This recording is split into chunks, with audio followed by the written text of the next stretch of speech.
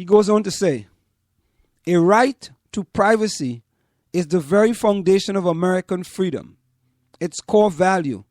It's a mistake to undermine a core value because we don't like the way a billionaire exercises it. What happened when a disgruntled lover gives TMZ a tape of a millionaire athlete expressing a homophobic or anti-Semitic or anti-white perspective? Yeah, this is a different slant here, ladies and gentlemen. Warriors coach Mark Jackson, who called for Clipper fans to boycott Game 5, seemed quite vulnerable to mob rule. Jackson is super religious. He has previously been extorted by a stripper he kept as a mistress. And some of the LGBT community views Jackson as homophobic. The conversation revolving around Donald Sterling is unsophisticated, and so was the heavy-handed punishment. They are driven by emotions rather than logic. It does not serve the greater good of the offended black community. Sterling is the scapegoat.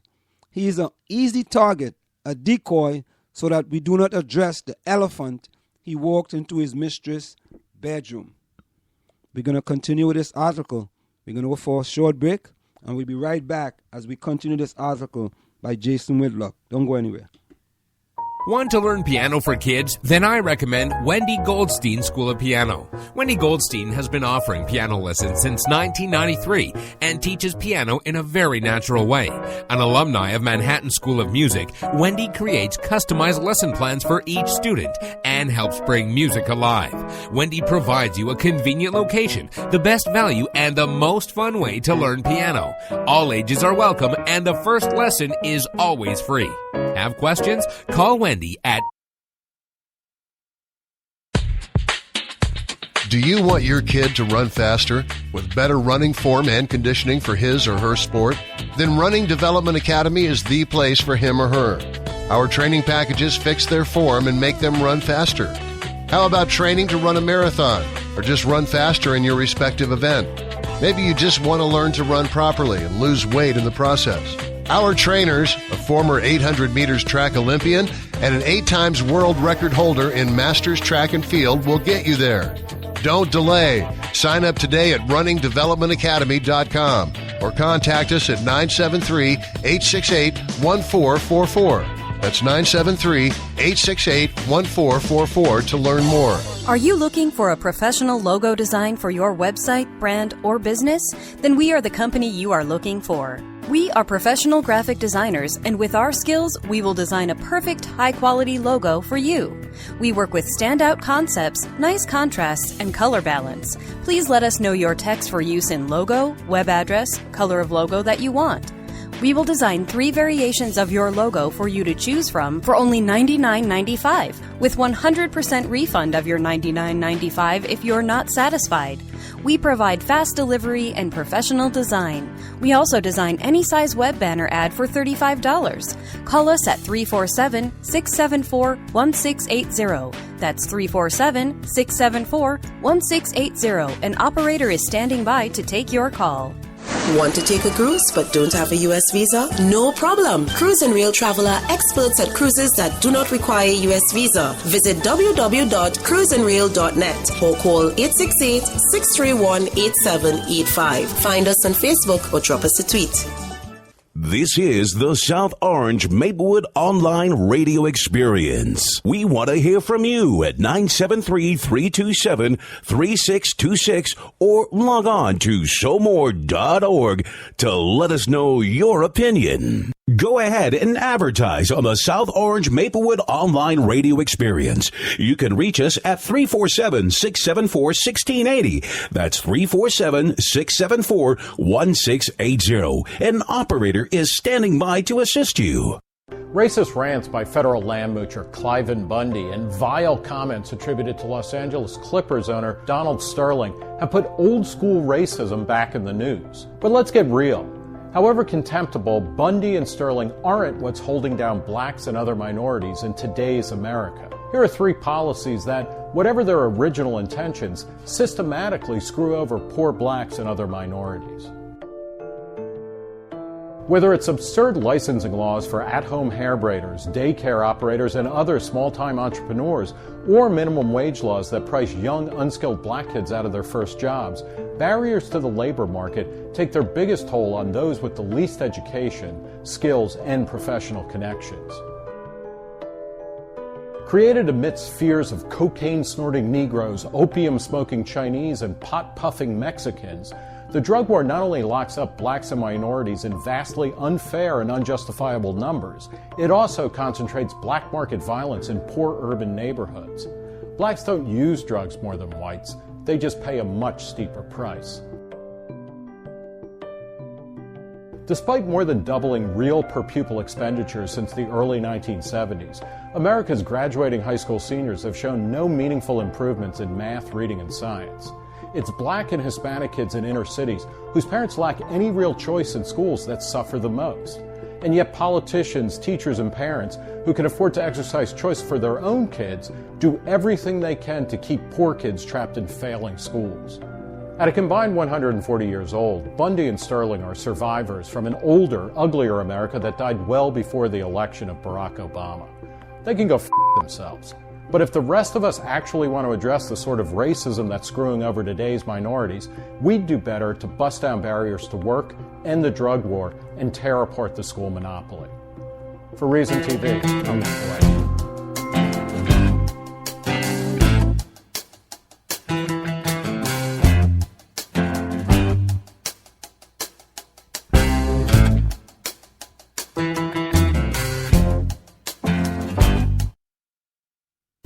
We are back with you. It's in the Village with Anselm on the South Orange Maple Online Radio Experience. Coming to you Monday through Friday from 8 to 9:30 p.m. That's 8 to 9:30 p.m. You can reach us here at 973-327-3626. That's 973-327-3626. And of course, we are reading the article titled Culture Clash, written by a gentleman by the name of Jason Whitlock. He is a commentator on ESPN, and he is a person of color. And this article that he wrote is quite different than many of the other articles we have read so far. So as we go on, it says, we don't evaluate what's right and wrong. Sterling is still telling his black and Latino mistress when she asked if it was right to treat blacks as less than white. We live in a society. We live in a culture. We have to live within that culture. Sterling adheres to a pervasive culture, the hierarchy established by global white supremacy. I don't want to change the culture because I can't, Sterling said. It's too big. This was Sterling one moment of clarity. The culture of white supremacy created Donald Sterling. He did not create the culture. Much of what Sterling said on tape is a rambling mess that can be interpreted many ways by sophisticated, mature, and objective ears. To my ears, he doesn't care that his mistress has black friends. He doesn't care if she has sexual relationship with black men. He's married. They are not in a monogamous relationship. He simply does not want her extracurricular activities, particularly when they might involve black men flaunted at his basketball games or all over Instagram. This conversation, while grotesque and abhorrent, is not remotely unique or limited to old white men.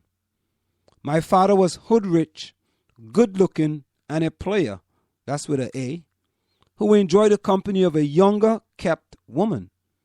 Many of his friends had similar tastes. Their private conversation about dating could sound every bit as abhorrent and grotesque as Sterling's. I've heard young black men and women engage in equally grotesque and abhorrent private conversation, particularly when their feelings are hurt or they feel betrayed. No, the substantive meat of Sterling's sex, lies, and audio tape is his point about the culture that created his worldview. He's adhering to the standard of his peer group. He's adhering to the standard of the world he lives in. It's a world inhabited by all of us. It's a culture that shapes everyone's worldview on some level. It fuels the black self-hatred at the core of commercialized hip-hop culture and is at the root of the NAACP initial plan to twice honor an unrepentant bigot with a Lifetime Achievement Award. White supremacy culture is created, maintained, and run by rich white men, Sterling Pierce. He's the longest tenured owner in the NBA. Former Commissioner David Stern had multiple opportunities to run Sterling out of the league for his bigoted actions. Sterling Pierce have always protected him until he had the audacity and stupidity to be caught on tape explaining the culture they maintain. It's comical to watch the well-intentioned mob circle around Sterling as if his unintended transparency says nothing about his peer group. It's equally comical seeing this issue framed as a black issue, with black people running to suggest ways to clean up Sterling's mess. White people should be wearing black socks, turning their t-shirts inside out, protesting outside the Staples Center. This is their culture, their Frankenstein. Or maybe they agree with Donald Sterling. I don't want to change the culture because I can't. It's too big. It's also too beneficial. It's too comfortable. Well-intentioned white people should be holding nationally televised panel discussion, focusing on ways to lessen the damaging impact of white supremacy culture. Well-intentioned white people who work within or support the NBA should be demanding that the NBA power structure cede some of its governing power to men and women who look like the overwhelming majority of the league players.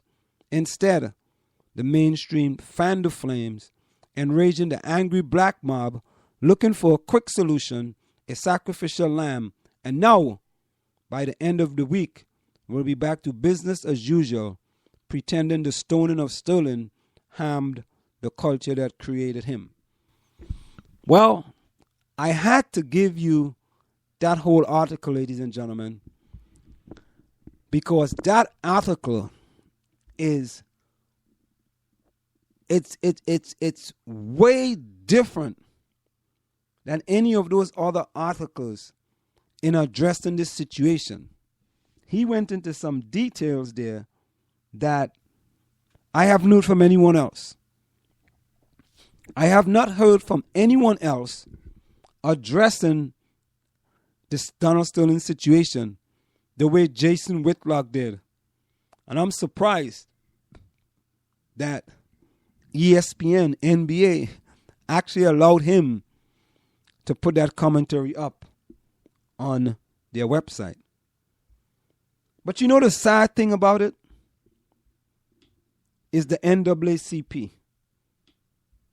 They were going to give this gentleman, they gave him one award, and they were going to give him another lifetime award 2 weeks. In about 2 weeks, he was going to receive a lifetime award.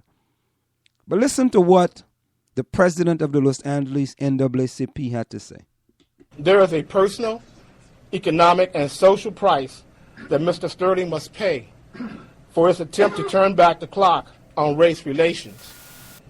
If these statements are not who Mr. Sterling is, then he should spend a sufficient amount of time that's necessary for in the African American community to prove that he is not the person those words portray him to be or suggest he may be.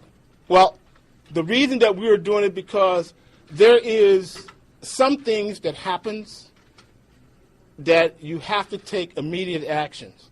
Now, this is one of these times that we can't wait a week or two, and especially given the fact that our Freedom Fund dinner is 2 weeks away. We have to make preparations. We're getting our souvenir journal together, and we have to make decisions. And it's a decision that we'd rather err on the side